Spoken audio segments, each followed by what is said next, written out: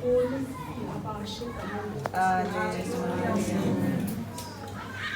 usho njani mhlawumbe uthi igazi lomhlatshelo yonke yabona igazi lomhlatshelo yonke yalesikhathi yayingenza umsebenzi futhi ayinakwenza. Amen. Phela sifunde laphana ke uJohane 19 sifunde uverse 30. Kwathi ukuba uJesu ewamukele uvinika wathi kufezi wagelisa ikhaya. Wow. Amen. Amen. Kodwa ngikwelona ke ngithanda lona leli lisho hayi leli lithi finished. Kodwa ngithanda leli lithi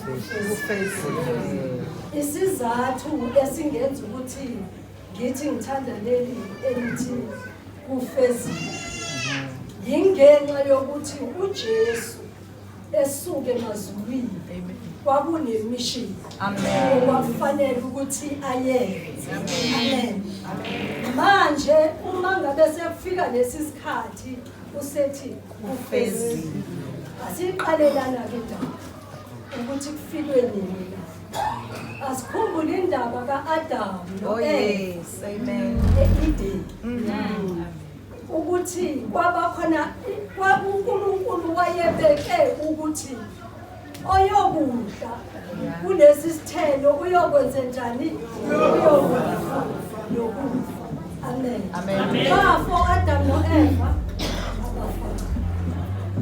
badla kodwa benza njani abafundi ke beBhayibheli ke ngenxa yokuthi phela khona ucwaningo bathi bafa spiritual kodwa physical. Uma bephuma e-Eden lithi izwi kaNkulunkulu kwaba nenkenga ekungeneni kwakhona e-Eden ukuthi kungabe kusangena muntu ozongena khona kwakufanele ukuthi enze njani kuphume igazi ngoba phela inkemba yenze njani inkemba iyalibaza. Uma sihamba nale ndaba sifika laphaya uma ngabe izwi kaNkulunkulu uGenesis 3 verse 15. Amen. Ukuthi inzalo yowesifazane iyokhoboza ikhaya lenyongo. Amen. Ubani inyongo? Usathane. Ubani lona ozokhoboza ikhanda lenyongo? Jesu. Amen. Uma sifika la sifika endaba angithi sisekuphetheni. Okokuqala nje uJesu ulahlwe yiwo wonke umuntu. Kwaze kwafika ekugcineni lapho elahlwa abafundi bakhe. Ngithanda omunye wabashumayeli uyayibeka lento ukuthi owayesesele esiphambanweni kwakubani? KwakuJohane. Amen. Uma uyifunda indaba kaJesu lebizwi lokuthi kufezile libhalwe uJohane. Alikho kuMateyu, alikho kuMarko, alikho kuLuka. LikuJohane. Ngoba uJohane usibonile isiphelo. Abanye basebebalekile sebeqashile. Amen. Hallelujah. Ngibheka la indaba yokuthi uJesu uthe eselenge esiphambanweni. Kuthiwa ke iphambano umuntu owayebulawa enengisesiphambanweni kwakukhona indlela yokuthi omunye wayelengiswa omunye wayeboshwa aboshwe khona esiphambanweni aboshelwa esiphambanweni ngani ngentaba kodwa ezobelenga khona esiphambanweni kwakungcono okokuboshelwa kunokokulengiswa. uJesu wanikwa omkhulu kunakho konke kodwa nansi indaba esiyakho Yesu mangabe yeboshelwe langeke liphuma igazi laleyo lokuthi akwazi ukusindisa abani mina na amen Hallelujah. uthi omunye wabashumayeli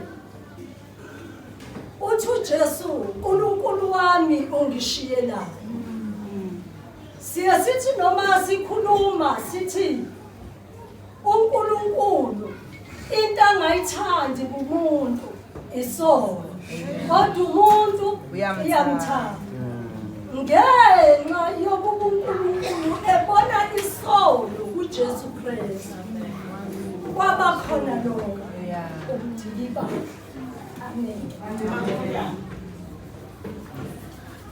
kodwa uJesu mayikhala uthi uNkulunkulu mangabe ebheka igazi eseliphume kuJesu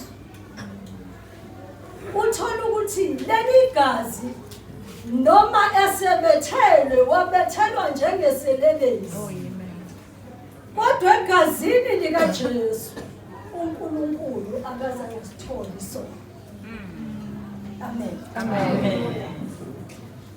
igazi likaJesu ilona elisenze ukuthi thina sibe ngabantwana bakaNkulunkulu ngoba into eyayifuneka kwakufuneka igazi elingenasono elingenasici uma ngabe ngikhuphuka ngizalana ngithi igazi lemihlatshelo lalingeqeda uvalo lalingesusa sono kodwa likaJesu kuphela elikwazi ukuthi likwenze umsebenzi uphelelise amen ngicela umphuzise emvangeli amakhaya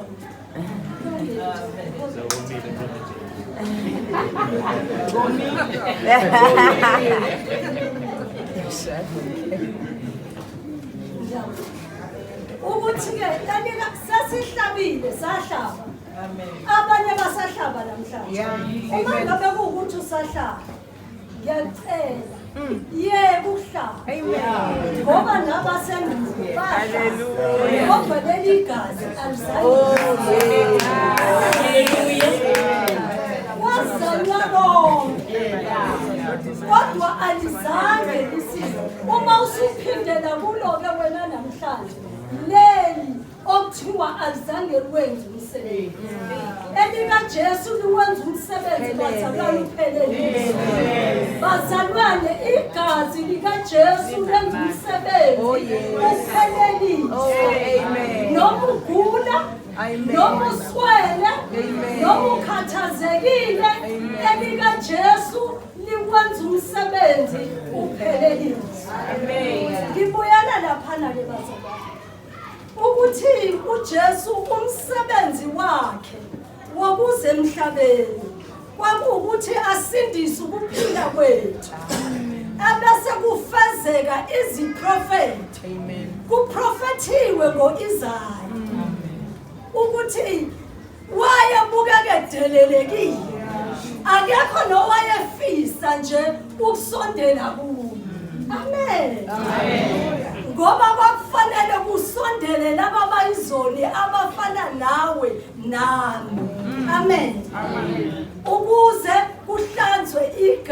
kuhlanzwe izono zethu yingakho nje noma sebeshilo ukuthi ukhethwa bani phakathi kukaBaraba noJesu Kristu amen noma babengamkhetha uJesu ukuthi akasindiswe kusho ukuthi thina sasingeke siphume ezulwini amen ngoba kaBaraba ilokhuza igazi lalingeke lisuse haleluya amen ngibheka lana ukuthi uma ngabe lapha esiphambanweni kuthiwa kwakunezelelesi ezimbili usekhulumile omunye obeshumayela omunye ubona isigebengu esifana nayo. Nanamhlanje uJesu usathuka. Usabizwa ngesigebengu, usabizwa ngakho konke. Noma igazi lakhe selaphalala lasiphalalele. Kodwa ngithanda lesesinye iselengisi. Esingabonanga isigebengu esifana nayo. Esabona umsindisi. Ubonani uJesu? Yini oyibonayo uJesu? Mina ngithi kuyangikhathaza lebazalwane. Yingakho njena ngithi mina uJesu akazange unqamule umsebenzi azowenza emhlabeni. Ngoba kwakufanele uqale aphinde enzenjani awuphethe. Ngoba akekho owayengangenelela phakathi nendawo ukuthi enzenjani ufeze. Usho njalo omunye umhlabeleli. But he could have called 10,000 angels to destroy the world and set it free. Wayengabamazaka uJesu zethi ingelosi ezulwini. Kwathi uMikhayeli nenkemba azoqeda. Kodwa ngenxa yokuba wayengawafuna ama-shortcut. Sangathi nathi uNkulunkulu uJesu besingawukhonza. Singenza ama-shortcut. Ngoba i-shortcut ayizukufikisa la uNkulunkulu yakho. Awuzukuyenza icebo. Amen. Amen. Usikhombisile uJesu ukuthi indlela iyahamba. Kubuhlungu kunjalo. Abazalwana kumnandi ukhona. Hayi akumnandi angifuni ukuqamba manje. Yingakho kusemqoka ukuthi uma uze ekholweni uzwe ingqondo yakho usuyihlangule kahle ukuthi ufuna ukwenza. Ngoba ivangeli nje namhlanje yingenxa yokuba abantu beze sengathi kuyadlalwa ekholweni. Ekholweni kunemission. Lento usuyiqalile kufanele wenze njani? Zafezeka iprofeti. Kwafezeka ukuthi uJesu inkosi. Amen. Uthi uPilato sebemlethile kuyena. Uthi angilitholi iqala. Waphuma uJesu kuPilato egqoka ingubo ezibhele. Egqoka ingubo zamakhosi. Waphula nomqhele. Kodwa wakumqhele kwakumqhele wameva ngoba kwakufanele ukuthi kusinde mina nawe. Kwakungewona umqhele okuma phezu kwabantu ukuba babuze. Kodwa kwakumqhele wokusindisa. Amen. Bathi sebethelwa siphambalweni noma sebemphikile. Bamphika bonke. Kodwa umbhalo uyasho uthi lo uyinkosi. Bathi kususe Pilato lokho kubhaliwe. Uthi uPilato engibhalile ngikubhalile ngoba kwakufanele kusizwe. Oh, hallelujah.